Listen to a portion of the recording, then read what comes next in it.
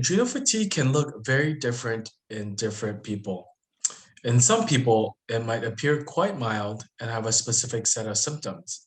In others, the symptoms may be very different and quite severe. This is partly due to individual differences, but it's also because there are different stages of adrenal fatigue. Welcome to the Dr. Lam Show, where we educate about integrative medicine. I'm Dr. Jeremy Lam, and I focus on chronic disease prevention as well as preventative medicine. I'm Dr. Carrie Lam, and as a doctor, I am practicing family medicine, but also really am into holistic solutions that will work in tandem with conventional medical approaches. We are both very well versed in adrenal fatigue because our father, Dr. Michael Lam, has written a 500-page textbook on adrenal fatigue as he himself has gone through it as a sufferer firsthand. And together as a team, we've helped, lots of people try to recover from it. So today we're going to talk about the stages of adrenal fatigue. And if you find this information useful or want to know more about adrenal fatigue, please share this show with your friends and family and hit the button to give us a 5-star review. So, Dr. Jeremy, tell us about the first stage of adrenal fatigue. Well, the first stage is, the fight or flight response. And most people go into this stage every day of their lives. They're having regular stress and they're going to be putting out cortisol with little amounts of epinephrine and norepinephrine. And so stage one is called the alarm reaction, where our body receives stress signals from our eyes, from our ears, our nose. We hear loud voices, we see violence, we smell problems, and those go into our brain and then get converted into a chemical signal. And those chemical signals specifically lead us to release neurotransmitters and hormones, specifically norepinephrine and epinephrine. And those lead us to respond physiologically. And so in the first stage, this response of the norepinephrine and epinephrine is being activated. So that's why it's called the alarm reaction. And so the body's response to stress is by releasing these hormones and these neurotransmitters to be able to fight off stress. So for like Dr. Carey, what does norepinephrine do? Right, so norepinephrine comes from the brain and actually causes alertness. And it tells your brain, okay, an enemy is now approaching me, or it helps you study harder for tomorrow's test. It's also going to make your heart start pounding faster, so you might have a faster heart rate. And it makes you more in tuned to your environment. Okay, they are it's very similar to even what street drugs like amphetamines, as they mimic these neurotransmitters and the alarm reaction. And most people do go through this alarm reaction without having any problems. The first stage of adrenal fatigue, they might feel a little tired in the morning. They need a cup of coffee, and so they drink the coffee and they go throughout their day, and there's no problems, right? The adrenals then, with the norepinephrine, try to balance it out by putting out more cortisol to suppress it as a cushioning mechanism. It's like a car starting to go on overdrive, then the body puts on this braking mechanism to soften the landing. And so these are the alarm reactions that you can happen when you get yelled at by your boss, or you work overtime, or you're studying overnighters, and then your body just gets really tired. So then you eat a donut, or like I said, you drink that coffee, or you take a nap for a pick me up. So that's how you can go from stage one onwards. If day in and day out, you start having chronic stress.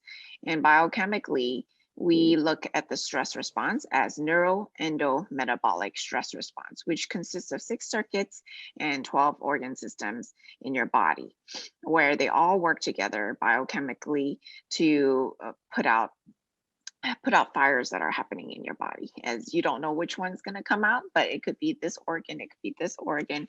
And so just one at a time, it happens and then you put it out. Okay, so Dr. Jeremy, give us an example of one of the circuits that can go off. Right. So if your bioenergetic circuit is already off, your pancreas may be trying to secrete more insulin. your cortisol output is starting to rise in the adrenal system. Sometimes the ovarian system may also start to put out more estrogen if you're having more PMS symptoms. And so, the important thing to understand is that stage one, the body is like a rubber band that's being stretched. And because it's pretty strong, it has the ability to rebound. So, you often say, oh, I'm just a little off today. Let me rest for a couple hours. Let me just take a nap. And your body's able to bounce back. And so that's the alarm reaction and the fight or flight response in stage one. So now let's take a look at stage two. And stage two is when your body hits some resistance and when the body rings the alarm bell. And so this is often really shown by some physiologic symptoms that the body is whispering for you to take action. And this is what is defined in this stage. Now, the symptoms start to come up and they kind of become more prevalent and they won't go away, such as in stage one. And so some people feel more tired, especially towards the end of the day. They go through their work day, their whole day, and then they just crash in bed. They might start to feel a little more hungry more than normal. And their hormonal symptoms are popping up left and right, not only during their periods, but throughout the month. And so, Dr. Carey, what happens when they go see their doctor with all these symptoms? Right. They go see their doctor for the first time, maybe because they feel a little more off than normal. They need to drink more coffee, and the coffee stops working. They start building tolerance. The doctor can order a bunch of tests to work them up. Make sure, hey, what is going on? Is it a sleep problem? Is it depression? Is it fatigue? They order lab tests, but normally everything comes back normal. Okay, within the normal range, and just tell them, go home, stress a little less, sleep a little better. And but what people find is then their sleep actually gets a little more affected, and they have a harder time falling asleep. They could start waking up in the middle of the night, and their exercise capacity becomes a little reduced. So this is the resistance that your body is starting to put up. Okay. And stage two can go on for years, or it could be even very acutely. Some people just have it after a surgery, or let's say an accident, a car accident, and your body gets so worked up that it goes into stage two. And that kind of differentiates because your body is still able to be functional. Most people are still able to work and push through as they just kind of ignore their symptoms. Okay, because they feel like, hey, actually, there's nothing wrong with me, even though they do feel these symptoms. And so make sure if you're having any of these symptoms to take a step back and don't just push through. Your body is telling you these symptoms for a reason. As you go through the stages, you'll see what adrenal fatigue is and how your body's warning signs and whispers are getting stronger and stronger. And if you keep pushing through it, you can get punished down the line. Okay. So if you have questions about it and you're going through these stages, just know that you're not alone. There's lots of people that are just like you that have gone through the same thing, and we've helped many of them. So if you have any questions at all, you can call our office at 714-709-8000 for a free phone call, and we can actually help you figure out what is the underlying problem, fix what you don't know, help you listen to those symptoms that keep popping up. Okay. So, Dr. Jeremy, can you tell us what are some common mistakes that people make in stage two as they go into stage three? Well, in stage two, again, your body is whispering those symptoms out to you, but oftentimes we mask those symptoms with drinking more coffee. If we do work out, it becomes more straining and you start to have some slumps for a few hours after exercise. And so in stage two, it can take years to really go on before you proceed to stage three. And stage two, again, is your body still able to get up, you're able to work, you're able to be functional. And that differentiates from stage three people where their adrenals are more exhausted. And when they are more exhausted, really, you feel like your body is punishing you and you don't have an answer for what is going on. And so that's the key for stage three. At this point, some people might also start looking for supplements, and sometimes that's a very common mistake. Just like you're trying to get a quick fix with the caffeine, you might be taking hormones or glandulars or herbs that kind of stimulate you, and you might feel good for a short amount of time, but over time, as you continue to use these artificial glandulars or herbs or adaptogens to try to stimulate your adrenals for more energy, it's like whipping a horse that is tired already. Instead of nurturing the horse back to health, you are actually making it worse. You're making your adrenals work harder. And so, after a few months of energy being improved, you gradually deteriorate and you get into stage three. So, Dr. Jeremy, let's talk about stage three. So stage three is adrenal exhaustion. And what are you going to feel here? Well, a lot of people feel chronic fatigue, but this is also when the body starts to break down its muscles. So some people actually go into catabolic states where they feel weak, their muscles get weak. In addition to all of that, their bioenergetic symptoms also come up where they find that they have to eat every 2 to 3 hours because they feel that their blood sugars are low. Their hormones are also off, and that's when the fatigue starts to set in. The neuroaffect circuit also goes haywire with mood instability, irritability, depression, and anxiousness. In addition, their detox circuit pathways are also congested, so you're going to feel buildup of metabolites and toxins and potentially feeling brain fog.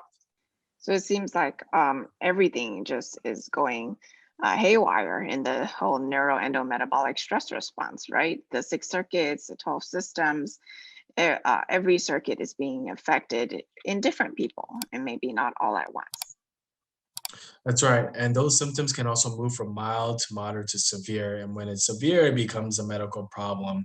When it's mild, right, you can still overcome it. So you have to be very careful to be able to understand these symptoms, to be able to put the picture together. Just like, sleeplessness in stage one and two and the early part of stage three. It can just be occasional where you have problems sleeping. But when insomnia becomes chronic, such as in the later phases of stage three, then you get these very classical symptoms that are telling your body and screaming out, giving us these warning signs. But it's quite unfortunate because these we go through to these doctors. You tell doctors, and your lab tests come back normal, your diagnostic tests come back normal, and that's when you become even more frustrated.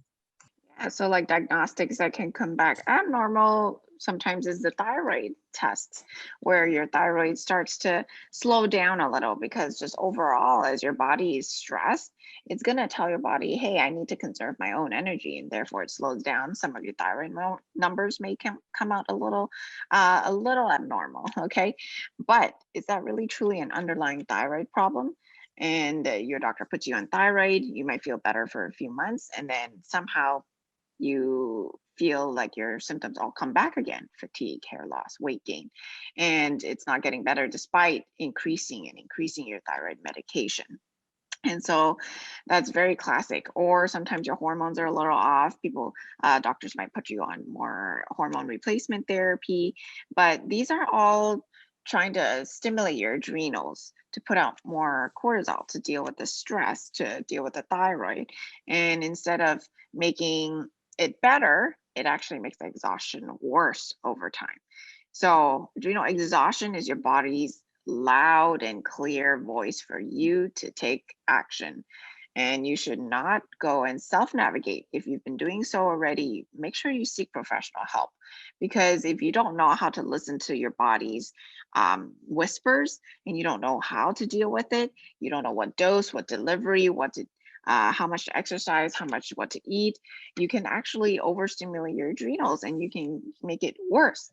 And so it is always very important to find someone who knows what they're doing, especially if you're already in adrenal exhaustion, which is stage three. Okay.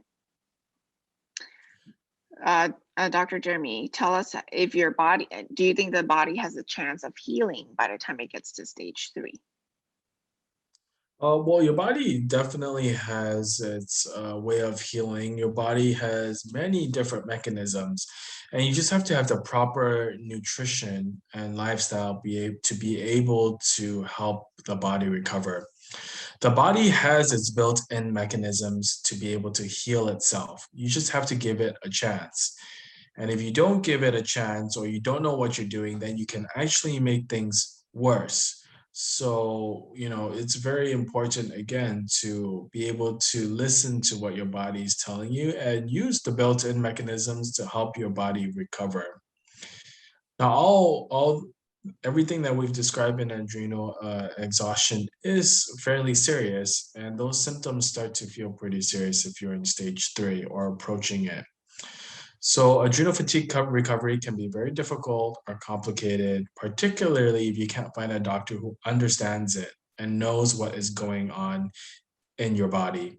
So, if you're in this stage, give us a call and talk to our team at 714-709-8000. And now we're up to stage 4 of adrenal fatigue, and that's where things get serious and sometimes even life-threatening. And we've dealt with a lot of people in stage 4, and we're able to get them out of that. But, what is stage 4, Dr. Carey? Right, stage 4 is adrenal failure. Okay. Imagine your body is like a rubber band, okay? At stage 1, it's able to stretch and it bounces back. At stage 2, it stretches and bounces a little less. And then stage 3, you're really stretching it, okay? You're really stretching it and it's a little more intense. And with time, hopefully it would be able to come back, but sometimes it doesn't. If you stretch it even more, you can break it, right? And that's where stage 4 comes in, where your adrenals really, they just fail. Okay. You are unable to produce the hormones that you need to, and it's very, very severe. For example, you can go into a catabolic state where you continue to lose your muscle mass. Electrolytes become imbalanced. Your blood pressure is low, then high, then low. Very volatile. Your sugars become very poorly imbalanced, having to eat every 2 hours in order to keep your muscle mass.